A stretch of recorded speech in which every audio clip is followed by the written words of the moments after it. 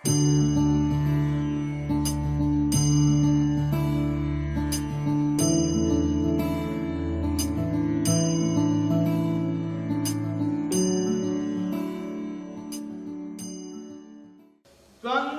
सपत्नैरभवाय किं मृतो यो मायया हन्त्यसुरान् परोक्षजित्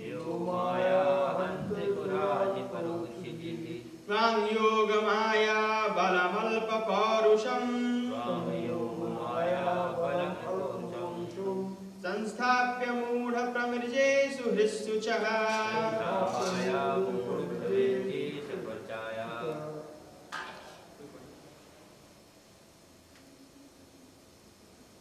त्वन्नासपत्नेरभवाय किं मृतो यो मायया हन्ते असुरान् प्रोक्षजित् यो मायया हन्त्यसुरान् परोक्षजित् त्वां योगमाया बलमल्पपौरुषम् त्वां योगमाया बलमल्पपौरुषम् संस्थाप्य मूढप्रमृजेषु हृत्सुचः संस्थाप्य मूढप्रमृजेषु हृत्सुचः।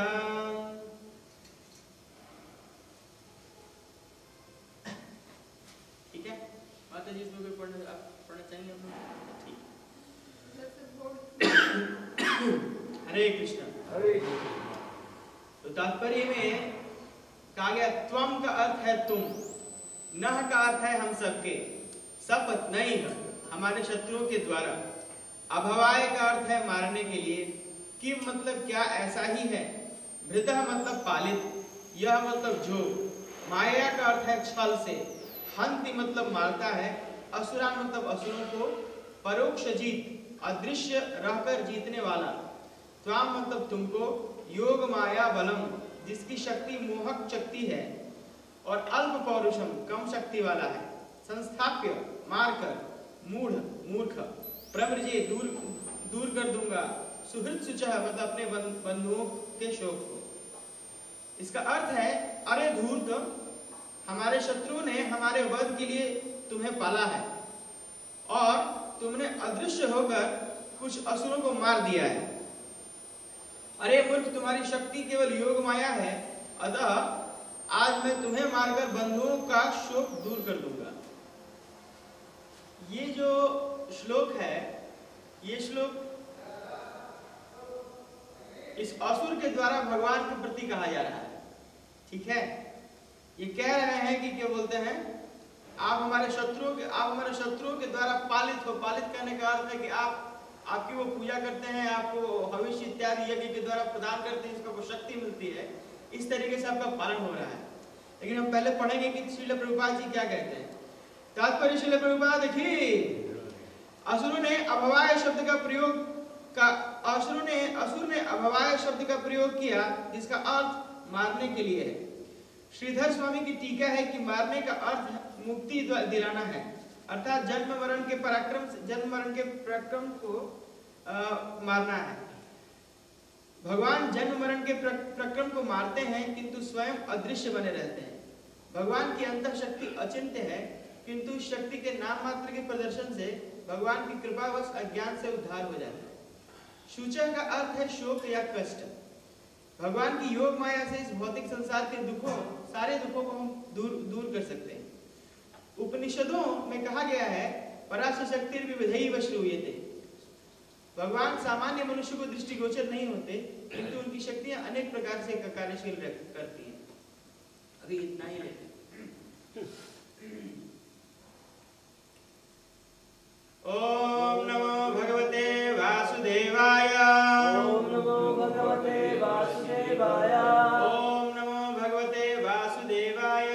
ओम नमो भगवते वासुदेवाय। ओम नमो भगवते वासुदेवाय।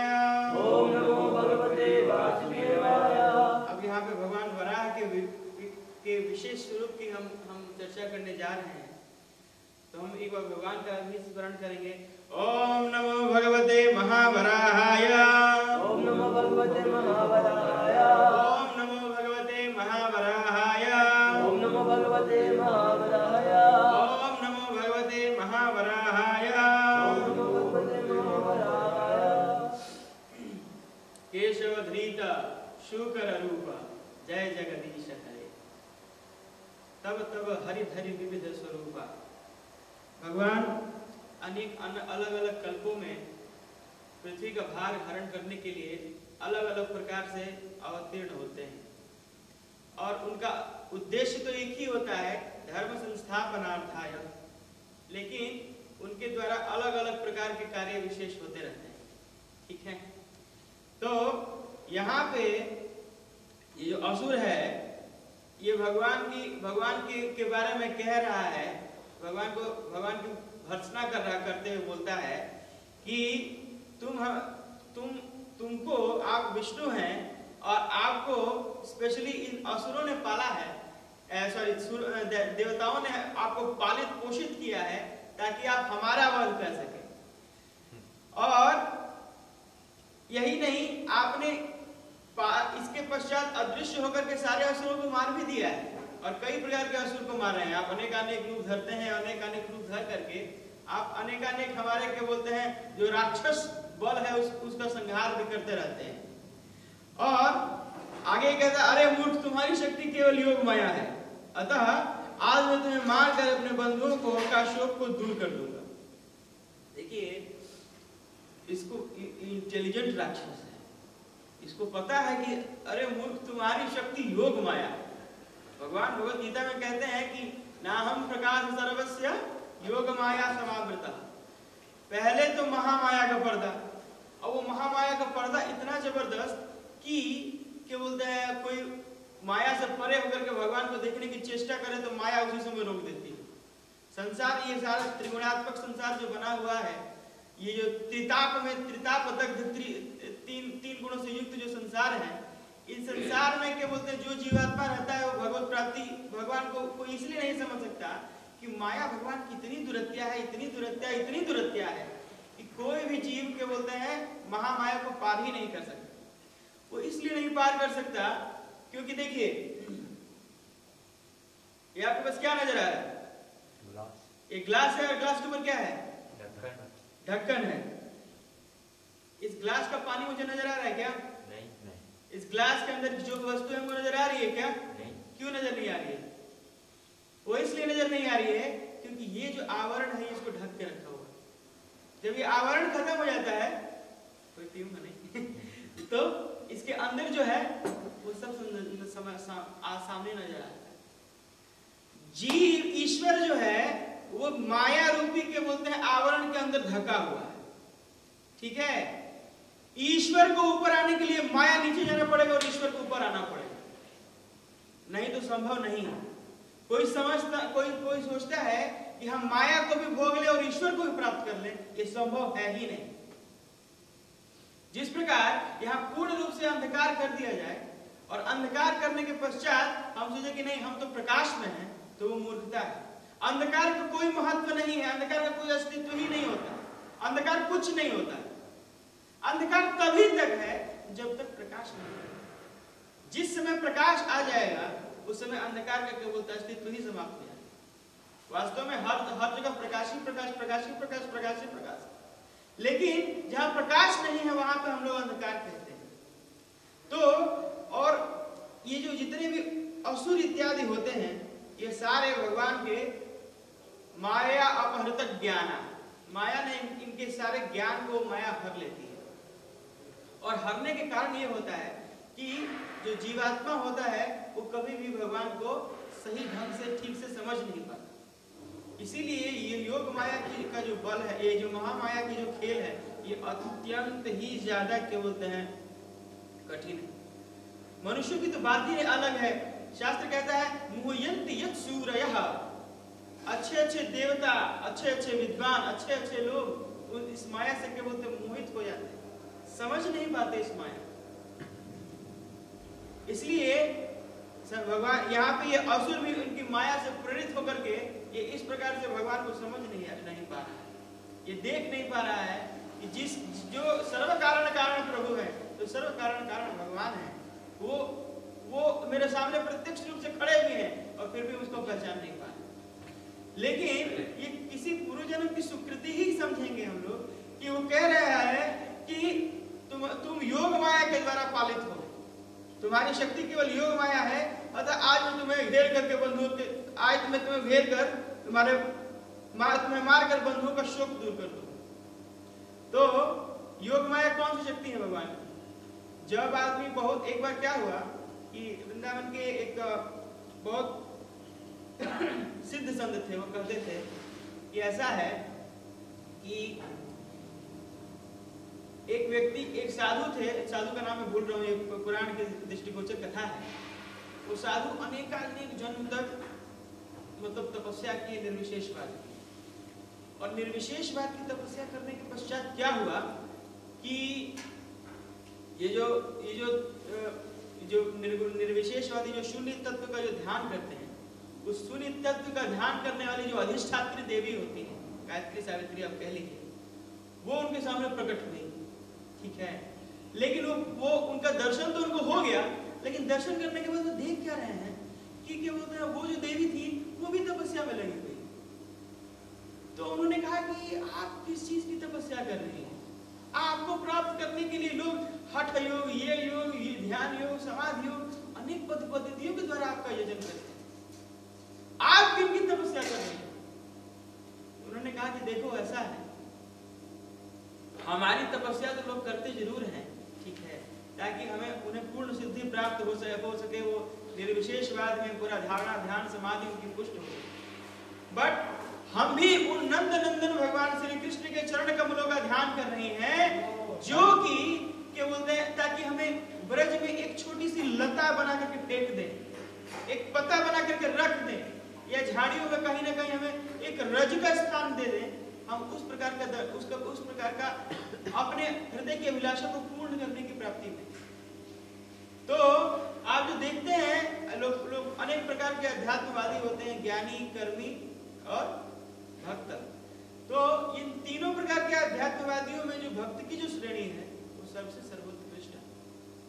क्यों? क्योंकि भक्त का सीधा संबंध भगवान से होता है, भगवान की बाहरी प्रकाश और ऊर्जा छटा से नहीं होती।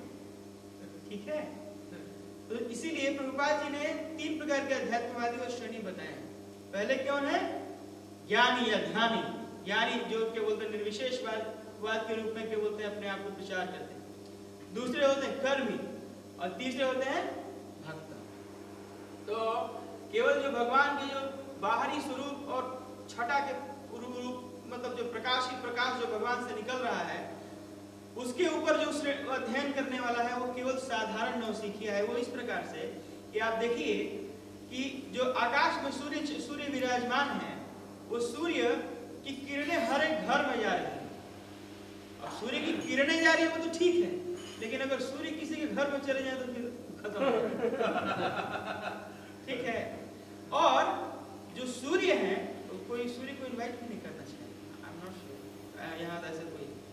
और सूर्य का भी एक नियम है कि वो किसी भी व्यक्ति पे निर्विशेष होकर के वो कृपा बरसाते हैं। कैसे?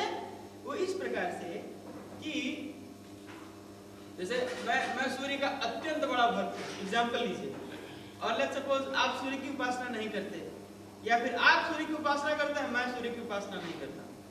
तो अगर मैं सूर्य की उपासना नहीं कर सकता हूँ तो ऊपर सूर्य ये नहीं बोलेंगे, हे Gopsakha Das, don't stand in my light, तो मेरा लाइट पे मत खड़े रहो। ऐसा तो नहीं होता ना, क्योंकि वो एक ही ब्रह्म है, एक ही तत्व है जो कि इन तीनों रूपों से जाना चाहता है, और उसकी जो बाहरी छटा जो प्रकाश होता है वो इतना ज्यादा होता है कि उसी को देख करके लोग भ्रमित हो जाते हैं कि नहीं, ईश्वर तो केवल निराकार है।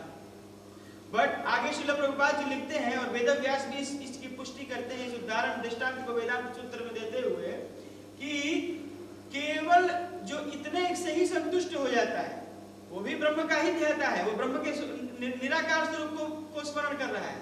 ठीक है, कहीं ना कहीं वो भी लगा हुआ है अध्यात्म, लेकिन वो अल्प ज्ञानी है, इतना ज्ञान है उसके पास जानते हैं 25% ज्ञान है। ठीक है, तो जो थोड़ा सा और आगे बढ़ता है वो ये दिखता है कि सूर्य का गोला, जो सूर्य का सतह जो होता है, ठीक है, उसके बारे में अध्ययन करता है कि नहीं, सूर्य तो एक ज्वलंत पिंड है, ये है वो। और इससे भी जो आगे बढ़ा रहता है वो सोचता है ध्येय सदा त्रिमंडल मध्यवर्ती नारायण सदा सन्निविष्ट केवलवान मकल कुंडलवान किरीटी आर्य हिरण्यमयी वपुर्धर शंख चक्र, शंख चक्र गदा पद्म धारण करके भगवान जो नारायण ही, भगवान विष्णु ही सूर्य के रूप में वहां भास है। ठीक है, तो नारायण ही, भगवान ही क्या बोलते हैं, ये सूर्य के रूप में प्रकट होकर के ये सारे सृष्टि को चला रहे हैं। तो इस प्रकार से जो जो उनका जो स्मरण करने वाला होता है, जो भगवान के भगवत स्वरूप का स्मरण करने वाला होता है, वो सर्वोच्च अध्यात्मवादी है, क्योंकि भगवान के ही स्वरूप से ये जो निर्विशेषवादी जो ब्रह्म ज्योति या फिर जो वहां का क्या बोलते हैं आभा मंडल चल रहा है। इसीलिए कहा भी गया है कि जो व्यक्ति के बोलते हैं भक्त होता है वो सर्वोच्च अध्यात्मवादी होता है। साधारण दृष्टि वाले लोगों को पता नहीं होगा। आजकल बहुत सारे लोग होते हैं जो कि वेदांत में तो बहुत ऊपर चले जाते हैं, मतलब ईश्वर आनंदमय अभ्यासात सर्वम खल्विदम ब्रह्म और बहुत सारी चीजों पे बहुत लंबी चौड़ी हम लोग भाषण देते हैं। ठीक है, लेकिन जो भगवान की भक्ति से रहित है, जो शून्य है, उसके पास कुछ नहीं। एक छोटा सा स्टोरी सुनाते हैं आपको। ठीक है, प्रभुपाद ये स्टोरी सुनाते थे सबको। एक ब्राह्मण था और एक मोची था। ठीक है, एक ब्राह्मण जो था वो ब्राह्मण के पास समस्त शास्त्रों का नॉलेज था, वेदांत का परिपक्व ज्ञाता था। ठीक है, और वो दिनों हर बार शास्त्र अनुशीलन में, संध्या गायत्री में लगा रहता था। और एक जो मोची था वो क्या करता था कि वो दिन रात हरे कृष्णा कृष्ण कृष्ण हरे हरे, हरे राम राम राम हरे। ठंड ज्यादा हो गई है क्या? सभी लोग बोलिए हरे कृष्णा कृष्ण कृष्ण हरे राम राम हरे हरे। वो नित्य निरंतर भगवान का ही चिंतन स्मरण करता रहता था। ठीक है, तो नारद जी का एक हमारे पास मूविंग ऋषि है, उनका नाम क्या है? नारद। नारद का क्या अर्थ है कि जिसकी बात को कोई रद्द नहीं कर सके उसको नारद कहा जाता। तो इसीलिए उनको देव ऋषि कहा गया। ठीक है, जो ये देव ऋषि हैं ये भ्रमण करते रहते हैं। तो भ्रमण करते करते देखेंगे अरे ये तो 3 बार नहाने वाला, बढ़िया से यज्ञोपवीतधारी, एकदम दुनिया भर का पाठ करने वाला, शास्त्रों वेदांत को जानने वाला, अहम ब्रह्मस्मि, इसी पे जीने वाला ये ब्राह्मण है। ठीक है, चलो इसके दर्शन करते हैं, क्योंकि शास्त्र कहता है कि ब्राह्मण के दर्शन करना एक डेमी गॉड के दर्शन के समान पुण्य मिल जाता है अगर वो सूची युक्त ब्राह्मण है। तो जब वो वहां पे गए तो देखे कि अच्छा ऐसी बात है। तो वो ब्राह्मण देव से पूछे कि प्रभु आप कैसे हैं? तो उन्होंने अपना सब कुछ बोला कि मैं तो ठीक हूँ। तो कहा कि आप कहाँ से आ रहे हैं? ब्राह्मण देव ने पूछा। तो उन्होंने कहा कि मैं भगवान के वैकुंठ धाम से आ रहा हूँ। तो कहा कि ठीक है, अच्छी बात है। भगवान से अब दूसरी बार आप जाइएगा तो पूछिएगा कि मेरा जो मोक्ष होगा वो कब होगा, हम जो भगवान के चरण में कब जाएंगे। तो उन्होंने कहा कि नारद जी ने कहा ठीक है, हम जाकर के आपसे उनसे प्रश्न करेंगे कि आपका मोक्ष कब होगा। तो वो वहां से चल पड़े। आगे जाने के बाद देखे कि इस बरगद के वृक्ष के नीचे एक मोची भी बैठा हुआ है। ये कथा सभी लोग जानते हैं, लेकिन फिर भी विश्वास को दृढ़ करने के लिए हम ये कर रहे हैं। तो मोची के पास गए तो मोची एकदम रो रहा था और हरि नाम कर रहा था। ठीक है, और उस समय क्या हुआ कि उनसे भी नारद को देख करके उसने साष्टांग दंडवत किया। धन्योस्मि कृतार्थोस्मि, आपका दर्शन हुए। पतितानां पावनेभ्यो वैष्णवेभ्यो नमो नमः। महावैष्णव के दर्शन, आप देव ऋषि हैं, भगवान के अनन्य भक्त हैं, आपके दर्शन हो गए। कहिए प्रभु क्या नारद जी ने उनका हाल कुशल क्षेम पूछा। उन्होंने पूछा कि बताइए, उन्होंने फिर वही ब्राह्मण वाला ही प्रश्न किया कि आप अगर भगवत धाम जाएं तो आप एक बार बताएं, भगवान से पूछिए कि मेरी मुक्ति कब होगी, कब हम भगवान के धाम में जाएंगे। ठीक है, तो भगवान ने दोनों के प्रश्न, नारद जी ने दोनों के प्रश्न रिकॉर्ड कर लिए और कहाँ गए? वैकुंठ लोक गए। और वहां पे जाकर के भगवान शंख चक्र गदा पद्मधारी नारायण जो शेष शैया पर लेटे हुए थे, उन्होंने वहां प्रश्न किया कि प्रभु भूलोक से आ रहा हूँ। और वहां पे 2 लोग मिले, एक ब्राह्मण मिला और एक मोची मिला। दोनों ने एक ही प्रश्न किया कि कब आपके धाम में लोग आएंगे, कब उनकी मुक्ति हो जाएगी। ठीक है, तो उन्होंने कहा कि भगवान ने कहा कि देखो वो जो मोची है ना, वो तो मुझे बहुत प्रिय है। ठीक है, वो तो आ रहा है, अभी आएगा। ठीक है, ये शरीर छोड़ेगा फिर वो आ जाएगा मेरे पास।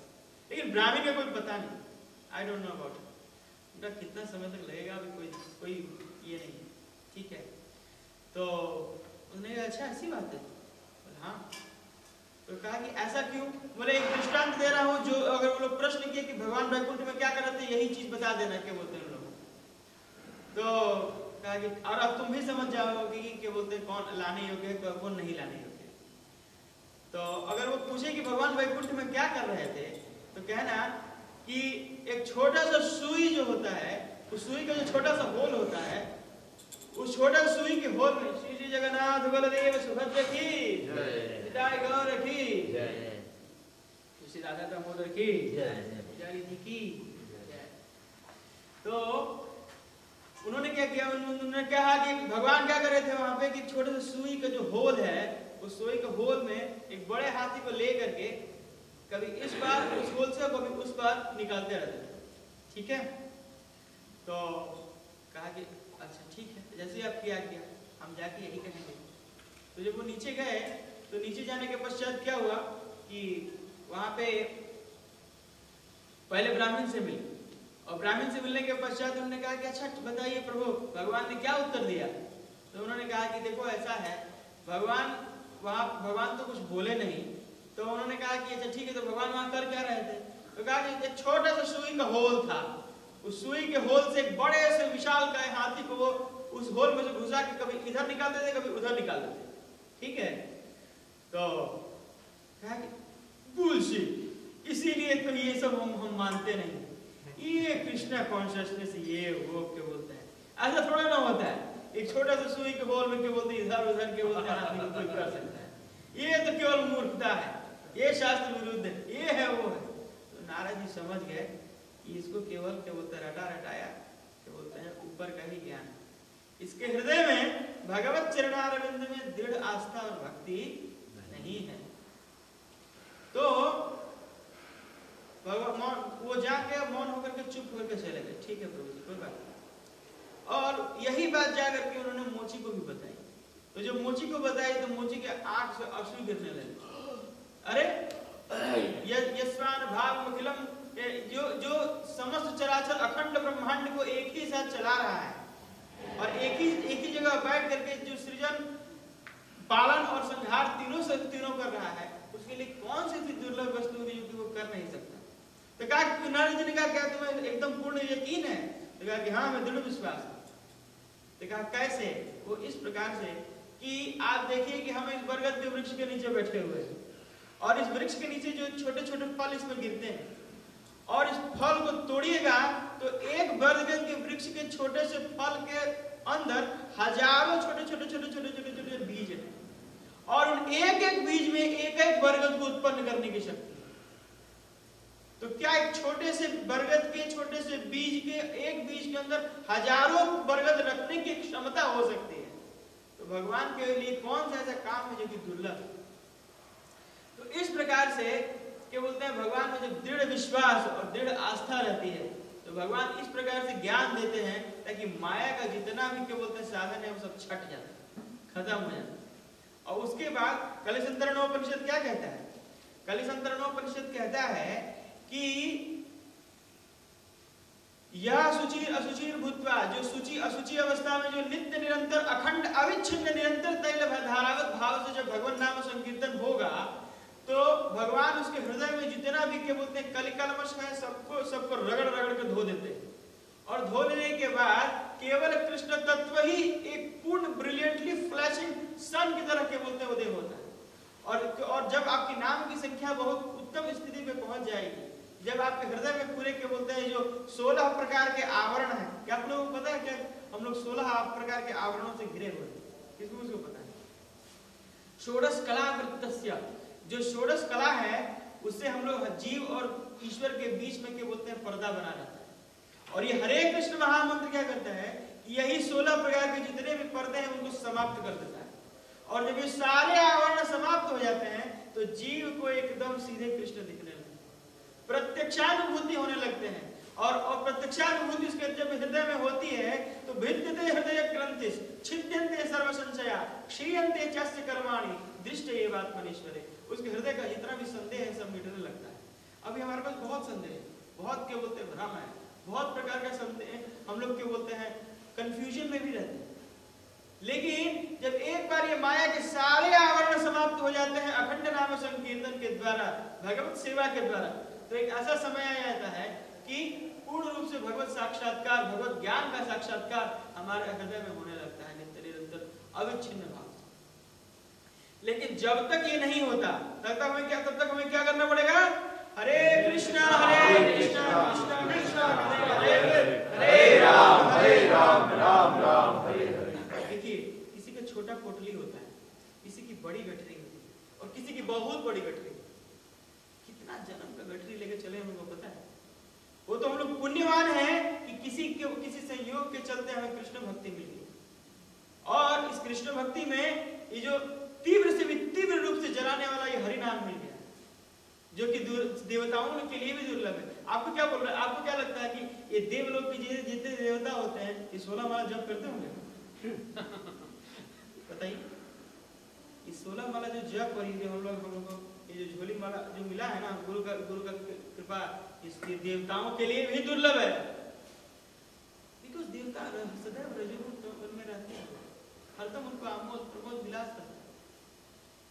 तो भगवान इसीलिए कहते हैं आब्रह्म भुवनान लोका, वहां से जाने के बावजूद भी पुनरावृत्ति हो सकती है। इसीलिए स्वर्ग तो छोड़िए, स्वर्ग में से तो वापस आएगा ही व्यक्ति, आना ही है, ठीक है। लेकिन जो एक बार जो नाम संकीर्तन निष्ठ भाव से, नाम निष्ठ भाव से करता है, जो भगवान के भगवत प्राप्ति के रूप में करता है, तद गत्वान निवर्तन्ते तद धामम परमम, वो भगवान के धाम जाएगा ही जाएगा। इसीलिए इसका एकमात्र साधन है क्या? महा महिमा में कल वांछा कल्पतरु समा, श्री भगवान नाम संकीर्तन, नित्य निरंतर अविच्छिन्न गति से संकीर्तन, और आप अपने गुरु महाराज के अनुसार आप सेवा करें। ये दो चीज वैष्णव का संग और अनुगत्य लेकर के, जैसे हमारे मधुमंगल प्रभु कहते हैं उस प्रकार से करिए, और वैष्णव का अनुगत्य लेकर के साथ में केवल हरिनाम संकीर्तन अगर हम लोग करेंगे तो हमें निस्संदेह भगवत प्राप्ति होगी ही होगी, इसमें कोई दो नहीं। और क्या होगा कि माया का जो पर्दा है तो धीरे धीरे धीरे धीरे धीरे धीरे धीरे धीरे छटता चला है। तो यहाँ पे हिरण्यकशिपु बोल रहे हैं, क्या बोलते हैं भगवान विष्णु को, कि देखो कि तुम्हारी जो शक्ति है वो केवल योग माया में है, और योग माया के चलते तुम किसी के सामने नजर नहीं आते हो, ठीक है। और लेकिन आज मैं तुम्हें समाप्त कर करके ये जितने भी मेरे बंधुओं का शोक है वो दूर करूंगा।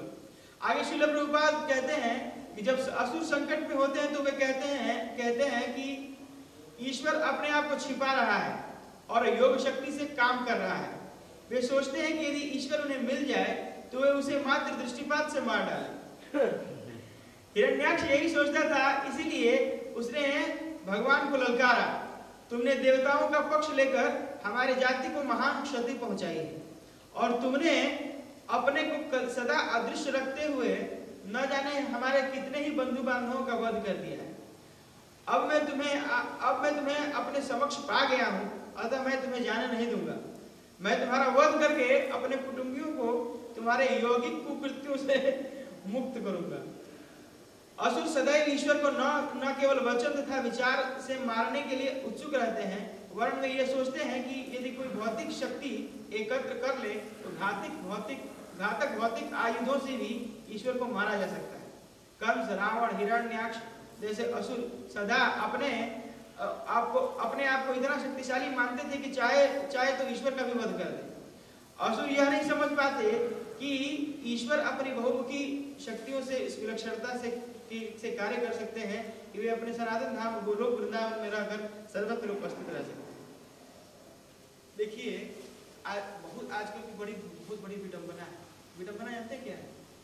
एक तो होता है ज्ञान जो होता है, जो कि बोनिफाइड परंपरा से मिल करके भगवत प्राप्ति कराने वाला होता है, और दूसरा होता है माया अपहृत ज्ञान, जिसका जो ज्ञान है ना माया ने भर लिया, और जो जिसका ज्ञान माया हर लेती है तो वो राक्षसी प्रवृत्ति का होता है। उसको भगवत तत्व में कोई जिज्ञासा नहीं होती। क्यों? क्योंकि स्वल्प होता है ना, श्लोक कैसे हम लोग बोलते हैं, स्वल्प कालस्य तो मुझे बताएंगे। स्वल्पमस्य धर्मस्य स्वल्पमस्य धर्मस्य त्रायते में तो भया। हाँ, तो जिसके पास बहुत, ये तो खैर अच्छे धार्मिक लोगों के लिए है, लेकिन जो जिसके पास बहुत थोड़ा पुण्य होता है उस पर विश्वास नहीं होता। जिसके अभी भी पूर्व जन्म के अशुभ संस्कारों का लेखा जोखा गठरी बंधा हुई है, उसको भगवत तत्व में पूरा विश्वास नहीं होता। क्योंकि भगवत तत्व चिंतन करने के लिए आपको पूर्ण, शास्त्र क्या कहता है, ये शाम द्वंद गतम पाप, जो एकदम पाप शून्य हो वही जगन्नाथ जी को समझ सकता है, वही कृष्ण के तत्व का पूर्ण रूप से समझ भी सकता है और दूसरे को समझा भी सकता है। सब नहीं समझ सकते, इसीलिए प्रचार करने की क्षमता तभी आप जीव में विशेष रूप से आती है जब हम अपने हृदय में नाम को आत्मसात करें।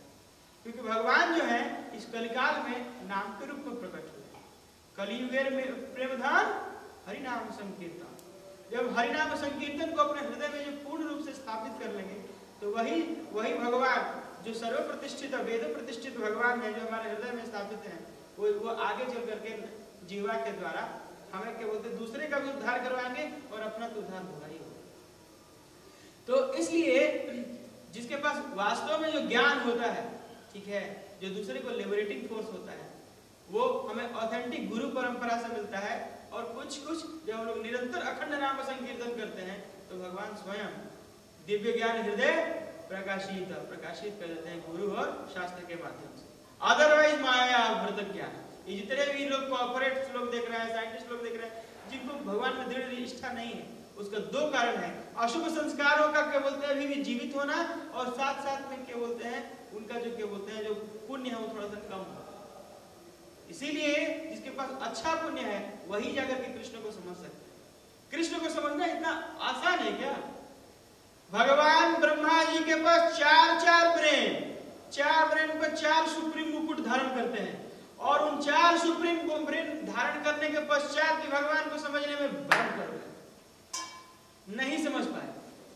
क्या किए कि उनके ग्वाल बाल हर लिए वहां से, और हरने के पश्चात क्या हुआ कि फिर जाकर के गोविंद माद पुरुषम, पहले ही बोले इतना स्तुति करने की जरूरत क्या होता है? तो इतना आसान नहीं है कृष्ण तत्व समझना। हाँ, लेकिन भगवान इसमें विधि देते हैं। विधि क्या देते हैं? सर्वधर्मान परित्यज्य माम एकम शरणं। सब जो जितना भी आप इधर उधर का जो ज्ञान बटोरे हैं उसको छोड़िए, और छोड़ करके केवल मेरे शरणागत ही होइए। और शरणागत जब होइएगा तो आपके हृदय में वो ज्ञान प्रकट होगा जो कि साधारण ज्ञान क्या बोलते हैं, सर्वोत्कृष्ट ज्ञान है। वासुदेवः सर्वमिति, ये ज्ञान आपके हृदय में प्रकट होगा। क्या भगवान कहते हैं ना, बहुनाम जन्मनामन्ते ज्ञान माम प्रपद्यते, हैं? वासुदेवः सर्वमिति स महात्मा दुर्लभ। जो जान लिया पूर्ण रूप से और जो आचरण भी कर रहा है कि नहीं वासुदेव ही सब कुछ है, और भगवान से परे कोई सृष्टि नहीं है। वासुदेवम सर्वमिति, ये वासुदेव शब्द का लोग बहुत अलग अर्थ में निकालते हैं, लेकिन वासुदेव का अर्थ है कृष्ण।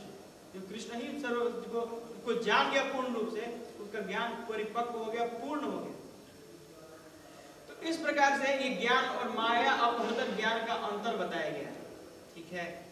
इसके अलावा और आगे कहते हैं कि देखिए 2 चीज होता है, ये जितने भी जो असुर इत्यादि होते हैं, ये असुर भी ये कोई और नहीं होते, ये भक्त ही होते हैं जो कि भगवान लीला करते हैं। लीला पुरुषोत्तम है भगवान, तो लीला करके ये सारे भक्तों को किसी उस योनियों में डालते हैं, उसके बाद उनका उद्धार भी वही करते हैं, ठीक है। तो भक्त जन रक्षक है भगवान, ठीक है। तो यहाँ पे हिरण्याक्ष को क्या बोलते हैं, उसका उद्धार करने के लिए भगवान ने क्या किया, सूकर रूप ग्रहण कर लिया, वराह रूप ग्रहण किया। अब देखिए गिरिधारी दो कहे गए, देखे गए। कृष्ण भी गिरिधारी हैं और हनुमान जी ने भी गिरि धारण किया था। और यहाँ पे तो समस्त सशैल कानन सहित जो पृथ्वी है, जो भगवान शुक्र ने अपने क्या किया, अपने दांत को धारण करके ऊपर लेकर के आए। शास्त्र कहता है यज्ञेन यज्ञमयंत देवास्तान धर्माणि प्रथमान्यासन्न देहनाग महिमान सतंत यत्र पूर्वे साध्यादंत देवा। जो समस्त वेद वेदांत का जो सार मर्म रहस्य है, वो उस रहस्य को समझने के लिए जो उचित स्थान है ये भारत खंड है। और उसमें जो पृथ्वी है, उस पृथ्वी का जो भार उद्धार करने का जिम्मेदारी किसके ऊपर है? भगवान के ऊपर। तो भगवान ने क्या किया कि भगवान ने इस जो पूरा क्या बोलते हैं पृथ्वी है उसको रसातल से उठा करके ऊपर ले गए, और जब वो ले जा रहे थे तब ये ललकार उन्होंने किया।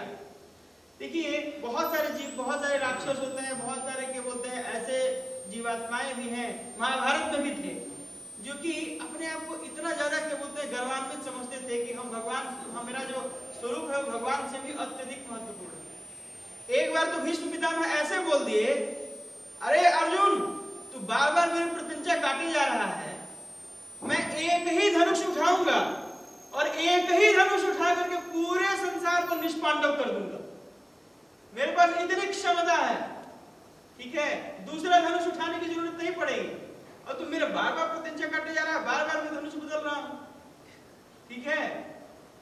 लेकिन वो अंत में सरेंडर करके क्या बोले, लेकिन हम केवल इसलिए नहीं कर सकते कि जो तेरे पक्ष में जो मोर पंखधारी जो खड़ा हुआ है उसके सामने कोई भी टिक नहीं सकता, ठीक है। यत्र योगेश्वरः कृष्णः यत्र पार्थो धनुर्धरः तत्र श्रीविजयो भूतिर् ध्रुवानीतिर् मतिर्मम, ये भगवत गीता का अंतिम श्लोक है।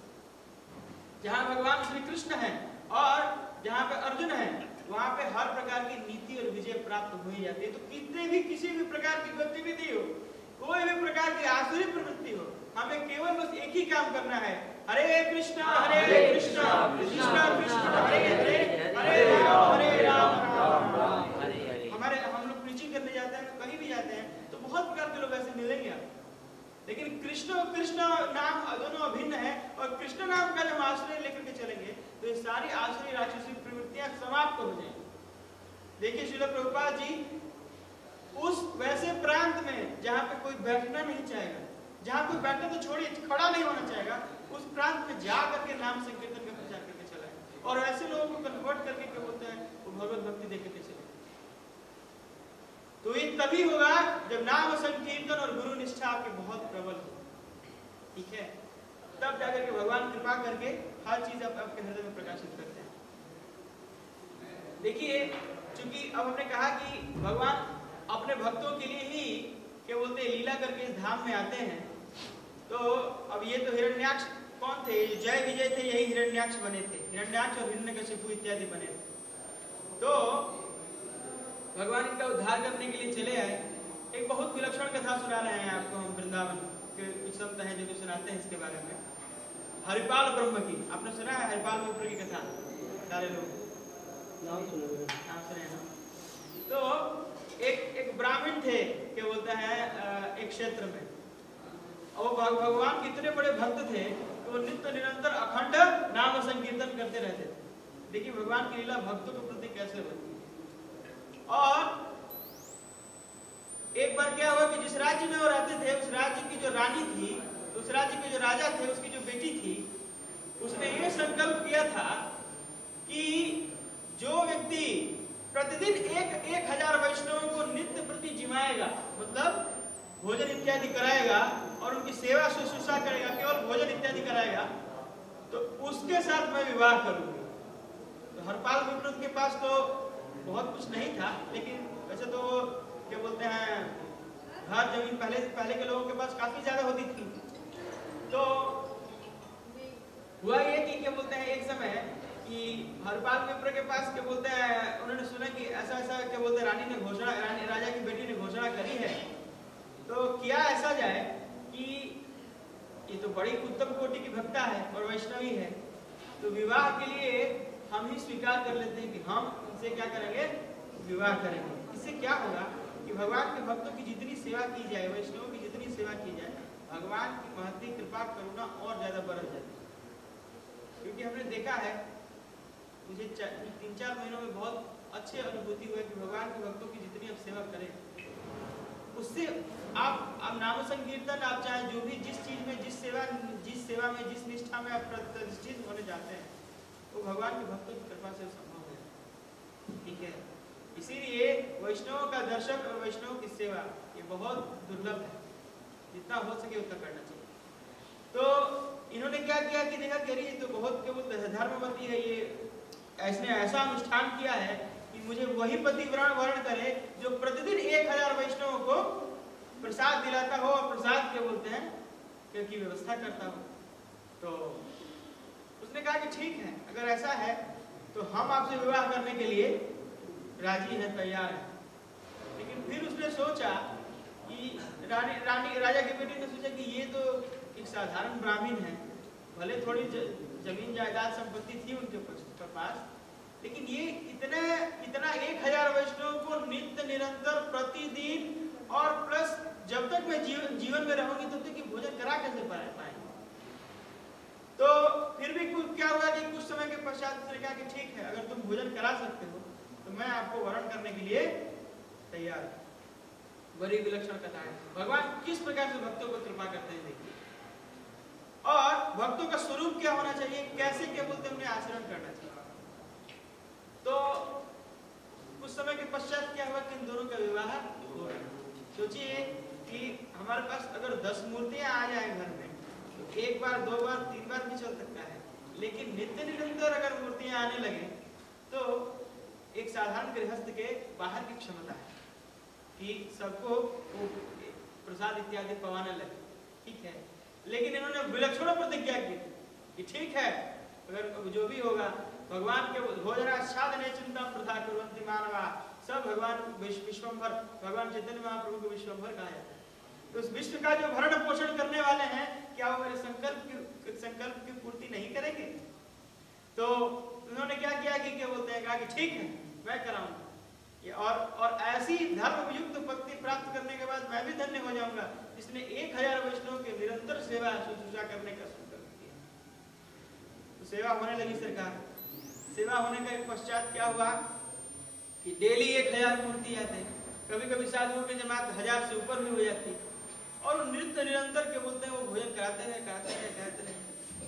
पहले के जमाने में क्या होता था कि जो धान को गाड़ के रखा जाता था कहीं ना कहीं, तो वो गड़ा हुआ धान को निकाल करके पहले उससे उसका व्यवहार किए। जब कुछ समय कुछ महीनों के पश्चात वो गड़ा हुआ धन भी समाप्त हो गया, तब इनके पास अनेक प्रकार की खेती गृहस्थी इत्यादि बचती थी। तो अब एक एक करके सारे जमीन का पट्टा बेचने लगे, और जमीन का सब पट्टा बेचने के पश्चात क्या हुआ कि अनेक वर्षों तक भंडारा कराया इन्होंने, और नित्य प्रति अब जहाँ पता चल जाए कि भैया अब यहाँ पे भोज भंडारा हो रहा है और यहाँ पे वैष्णवों की सेवा हो रही है, तो वहाँ तो 10 मूर्ति की जगह 25 मूर्ति है कि नहीं। एक वृंदावन के साधु थे, मैंने उनको देखा है, वो क्या करते थे कि डेली वो क्या बोलते पक्षियों को दाना डालते थे। कहते अरे ये साधारण पक्षी है क्या, ये वृंदावन धाम में रहते हैं, ठीक है। तो वो डेली पक्षियों को दाना डाल करके पहले 1.25 किलो से चालू किया था, और मेरे ख्याल से जब हमने कथा सुनी थी तो 2006 में 1.5 कुंटल दाना वो रोज डालते थे, और डेली रोज पक्षी वो चुग जाते। तो दाना प्रसाद का भंडारा जितना कराई उतना कम ही होता, ठीक है। तो हुआ क्या कि ये नित्य निरंतर इसी प्रकार से प्रसाद वितरण करने लगे और वैष्णव की सेवा करने लगे। एक समय ऐसा हुआ कि इनके सारे जमीन के पट्टे समाप्त हो गए, इनके पास जमीन भी चली गई, घर भी गिरवी रख दिया, और नित्य निरंतर एकनिष्ठ होकर के भगवान के भक्तों की सेवा करने लगे। और सेवा का प्रताप ये था कि भगवान इतने प्रसन्न हो गए कि अब भगवान को चिंता होने लगा कि अरे इसने सब कुछ तो अपने दांव पे रख लगा दिया, अब ये कैसे खिलाएगा। तो हरपाल विप्र ने बोला कि देखो ऐसा है, अब तो सब कुछ दे दिया, अब हमारे पास कुछ बचा नहीं। तो इनकी पत्नी ने कहा कि अब क्या करेंगे आप, कि देखो भगवान सभी संकल्प विकल्प को देखते हैं, तो अब हम एक काम करेंगे। क्या करोगे भैया? तो अब हम चोरी करेंगे, और चोरी करके हम वैष्णव की सेवा करेंगे। ठीक है, देखिए निष्ठा। और वो चोरी करने लगे, ठीक है। और चोरी क्या किए, किसी के धन की चोरी नहीं करते, किसी घर किसी का कुछ वस्त्र आभूषण इत्यादि नहीं लेके आते। आप लेके आते तो क्या लेके आते कि जो गेहूं दाल चावल की जो क्या बोलते हैं बड़ी बड़ी जो गठरियां होती, वो गठरियों को रात जाकर के जाते और उठा करके लेकर चट से चल देते, ठीक है। पहले के लोगों में अच्छा बल था कि 2 हाथ में 200 किलो उठा करके लेकर चल दिए कहीं। तो इस प्रकार से वो चोरी करने लगे और चोरी करके क्या किए कि क्या बोलते हैं वैष्णव की साधुओं की सेवा, साधु मेरे हाथ से कोई भूखा न चला जाए, साधुओं की सेवा न बाधित हो जाए, इस प्रकार से क्या बोलते हैं वो चोरी के कारण कार्य में लगे। और चोरी एक बार क्या हुआ, एक दृष्टांत है कि एक रात्रि में दूसरे दिन साधुओं को प्रसाद पवाने के लिए क्या बोलते हैं कुछ ठान है, तो एक रात्रि में क्या बोलते हैं वो क्या किया कि चोरी करने के लिए वहां से निकले और निकलने के पश्चात क्या हुआ कि एक वैश्य के घर में वो पहुंचे, वैश्य जो ट्रेडर होता है, ठीक है, और वो चोरी भी उस व्यक्ति के पास करते कि जो जिसके पास होता बहुत था लेकिन वो देता नहीं था, जो ठीक है दान के कर्म के इत्यादि में न लगता था। तो सब लोग जानते थे कि ये तो बहुत बड़े महात्मा है, ये भगवान के परम एकनिष्ठ भक्त हैं, सारे गांव में क्या बोलते हैं पता चल जाए इनकी कीर्ति थी। तो जब उस घर में जब चोरी करने के लिए ऊपर से कूदे तो देखिए कि अरे यहाँ पे तो एक ही जगह जितना सामान हम चाहते हैं सब सामान वैसा गोल करके रखा हुआ है, चावल रखा है, आटा रखा है, भक्तों को प्रसाद पवाने के लिए जो भी व्यवस्था होनी चाहिए ये रखा हुआ है, सब यहाँ पे रखा हुआ है। तो जैसे ही वो कूदे तो इस सेठ की जो बेटी थी वो जग गई और जगने के बाद अपने पिता से कही कि पिताजी देखो लगता है कि घर में कोई चोर आ गया है, ठीक है, और यहाँ पे कुछ न कुछ हमारी अब चोरी होने वाली है, ठीक है। तो उसने कहा कि अरे बेटी सो जा, ये अवश्य हरपाल विप्र ही है, देखो भगवान के भक्तों की अगर किसी भी प्रकार से अगर सेवा की जा सके, अगर ये ले जा रहे हैं तो ये तो हमारे लिए बड़े सौभाग्य की बात है, क्योंकि हम जो दान पुण्य ना कर सके, हम जो भगवान के भक्तों की सेवा ना कर सके, ये चोरी की भांति से भी चला जाए तो हमारे लिए होगा, ठीक है। और जानती हो वास्तविकता की बात यह है कि हमने आज दरवाजे पर कुंडी क्यों नहीं लगा रखी, वो इसलिए नहीं लगा रखी कि अगर किसी भी भांति अगर हरपाल विप्र को हमारा घर दिख जाए और हमारे घर को दिखने के पश्चात ये हमारे पास आकर के ये राशन सामग्री उठा करके ले जाए तो कितने सारे वैष्णवों की, कितने सारे भक्तों की सेवा हो जाएगी, ठीक है। तो इसलिए चुपचाप सो जा, बोलने की जरूरत नहीं है। अब क्या किए कि हरपाल विप्र इस बात को सुन लिए और सुनने के पश्चात क्या हुआ कि वो देखे अरे ये तो महावैष्णवों का घर है, जिसके हृदय में क्या बोलते हैं भगवान के प्रति इतनी करुणा है, भगवान के भक्तों के प्रति इतनी जो दया है और साथ में क्या बोलते हैं आदर है, वो साधारण व्यक्ति नहीं है। तो क्या किया कि अब इस घर का हम अन्न नहीं ले जा सकते, उन्होंने अन्न वहीं छोड़ करके और साथ में अपना जो साफा था वहीं छोड़ करके चले गए, ठीक है। और जाने के पश्चात क्या हुआ, जब सेठ को पता चला कि ये नहीं लेके गए हैं तो हृदय में उसकी बड़ी बड़ी ग्लानि हुई। उन्होंने कहा कि अरे हमारे छोटे से कुकृत हम लोग बात कर लिए, इसके चलते ये महाराज नाराज होकर के चले गए, हमारा अन्न इन्होंने ग्रहण नहीं किया। तो उसने क्या किया कि उस अन्न के साथ 6 गुना 5 गुना 10 गुना धन अन्न और लादा और लाद करके बैलगाड़ी और छकड़े के साथ के बोलते हैं उनके घर पर ले जाके पहुंचाया। इस प्रकार भगवान ने उनका निर्वहन एक बार कर दिया और इसे कई दिनों तक उनकी जो व्यवस्था थी क्या बोलते हैं भगवान के भक्तों को जिमाने की, प्रसाद पवाने की वो व्यवस्था चली। लेकिन भगवान अपने भक्तों की परीक्षा भी लेते हैं, ठीक है। देखिए जब भक्त एबल होता है, एबल मतलब सक्षम होता है, तो भगवान उसके भक्तों की थोड़ी थोड़ी परीक्षा भी लेना प्रारंभ करते हैं कि इसके हृदय में अभी भी कोई विकार बचा तो नहीं है। तो क्या हुआ कि एक समय क्या हुआ कि अब दूसरे दिन किसको जिमाए, दूसरे दिन क्या साधु एक बहुत भारी जमात साधुओं के आकर के बैठ गए और बैठने के पश्चात क्या हुआ कि घर में एक अन्न का दाना भी नहीं था। तो अपनी पत्नी से कहा कि अब उनकी पत्नी ने कहा कि अब क्या करो, तो कहा कि अब एक काम करेंगे, अब राहगीरी करेंगे। राहगीरी मतलब क्या होता है कि अब जो राह में जो व्यक्ति आएगा उसको मारेंगे तो नहीं, लेकिन डरा धमका करके अब धन छीनेंगे सबसे और इस प्रकार से हम सेवा करेंगे। बीच में थोड़ा सा पूछ सकता हूँ, ये विप्र थे, ब्राह्मण थे, दान क्यों नहीं मांग लेते थे? दान मांगने में बहुत कम सामग्री थी, ठीक है, उस प्रकार की सामग्री नहीं मिलती है जितना क्या बोलते हैं व्यक्ति 1000 के बोलते हैं ब्राह्मणों को जिमा सके। और ब्राह्मण का एक और नियम होता है कि वो केवल ब्राह्मणों प्रतिग्रह दातृवश ऐसे करके एक श्लोक है, वो 5 घर से ज्यादा के बोलते हैं भिक्षा नहीं मांग सकते, और 5 ग्रह घर में उसको इतनी भिक्षा नहीं मिलेगी। ब्राह्मण को भोजन भिक्षा भी उतनी लेनी चाहिए जितना उसके अपने पेट की आवश्यकता, इसके ऊपर वो नहीं लेने का अधिकारी कहा। बट आपका प्रश्न बड़ा अच्छा। तो अब उसने क्या किया कि राहगीरी करेंगे, तो कहा कि ठीक है। अब ठाकुर जी बड़े विचलित हो गए, मेरा भक्त इस प्रकार के कर्म में उतर आया और वैष्णवों की सेवा करने के। हम ये नहीं कह रहे हैं कि आपको ये करना चाहिए, नहीं करना चाहिए, लेकिन ये भक्त का किस प्रकार से सेवा में किस प्रकार से व्यक्ति प्रवृत्त हो पाए, अपना तन मन धन सब कुछ समर्पित करके आपको वैष्णव भक्तों के चरणों की सेवा करने का महात्म बता रहे हैं। और भगवान किस प्रकार से, जिस प्रकार से हिरण्याक्ष का भी उन्होंने उद्धार कर दिया, उस प्रकार से वैसे भक्तों का वो कैसे उद्धार करते हैं। देखिए, तो इधर जब ये क्या बोलते हैं, डंडा लेकर के क्या बोलते हैं, एक चौराहे पर खड़े हो गए, और उधर लक्ष्मी को भगवान ने कहा कि देखो ऐसा है लक्ष्मी, अब हम जा रहे हैं अपने एक विशेष भक्त को के दर्शन करने के लिए। कहा अरे दर्शन देने जा रहे हैं कि दर्शन करने जा रहे हैं? तो नहीं, आज दर्शन करने जा रहे हैं, मेरा एक बड़ा प्रियतम भक्त है। तो कहा कि अच्छा तुम चलना चाहोगी क्या? कि हाँ मैं चलना चाहूँ। तो कहा ठीक है, काम करो, विशेष श्रृंगार करना, समुद्र में तुम्हारे पिताजी के पास क्या बोलते, समुद्र में दुनिया भर के मायके से लेके आई हो ना, जितना भी क्या बोलते हैं रत्न आभूषण ज्वेल और जितना भी अच्छे जो आभूषण है, सबको नख से शिख तक पहनना, फर्स्ट क्लास का एकदम आभूषण पहनना है। तो अब जब स्त्रियों को कह दिया जाए कि भैया आप आभूषण आप बढ़िया से चलो, तो अब तो 25 मिनट और लेट समझिए, ठीक है। तो वो क्या बोलते हैं, पूरी तरीके से माता ने जितने भी कीमती वस्त्र आभूषण थे, जो कि बहुमूल्य दिव्य मणियां थे, उन सबों को माता ने धारण किया।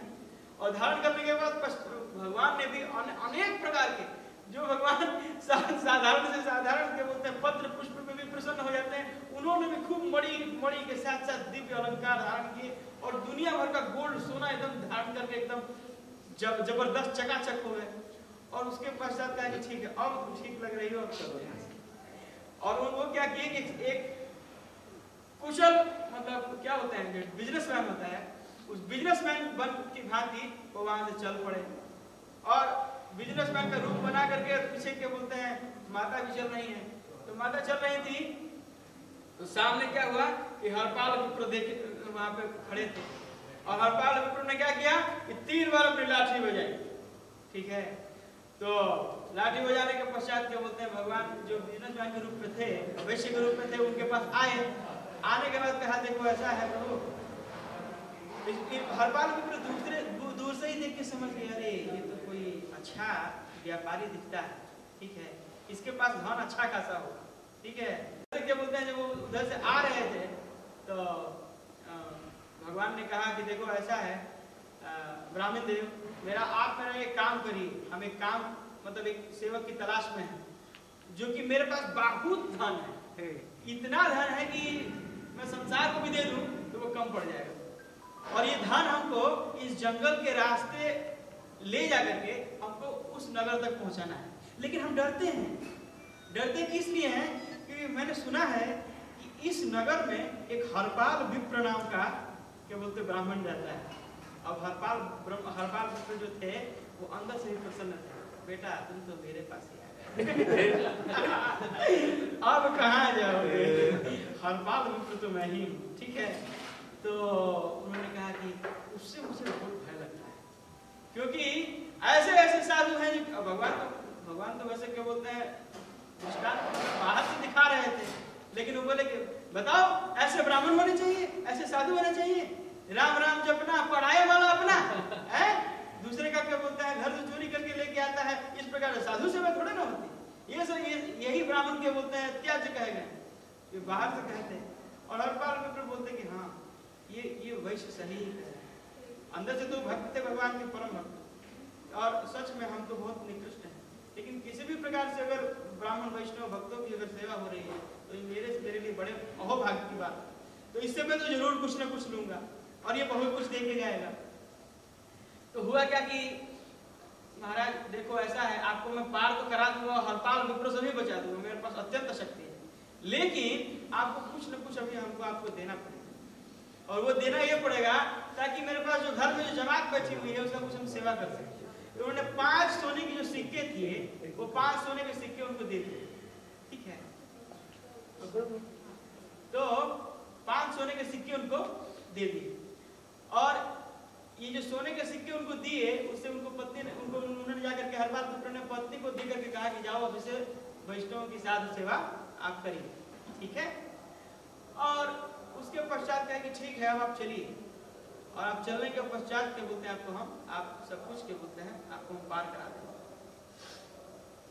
तो भगवान ने कहा देखो ऐसा है, तुम चलो आगे आगे, हम चलेंगे पीछे पीछे। क्यों?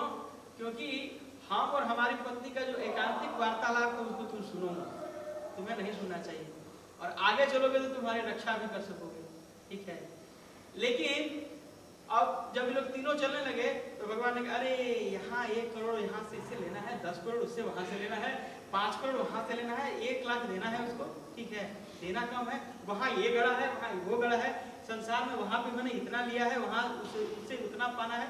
वो अपना पूरा वही खाता बताने लगे। और हरपाल विप्र के अंदर अब ये हुआ कि अरे बाप रे, ये व्यक्ति तो बड़ा धनाढ्य है। ठीक है, इसके पास तो बड़े पैसा है। लगता है कि अब साल भर भगवान के भक्तों की सेवा करने के लिए हमको अब सोचना नहीं पड़ेगा। ठीक है, तो उसके पश्चात क्या हुआ कि कहा कि धीरे धीरे वो जाने लगे। और जाने के पश्चात क्या हुआ कि जो बीच जंगल था उस बीच जंगल में सब तीनों खड़े हो गए। और मतलब वो हरपाल में खड़े हो गए और खड़े होने के बाद 4 बार इधर लाठी पटके, 4 बार उधर लाठी पटके।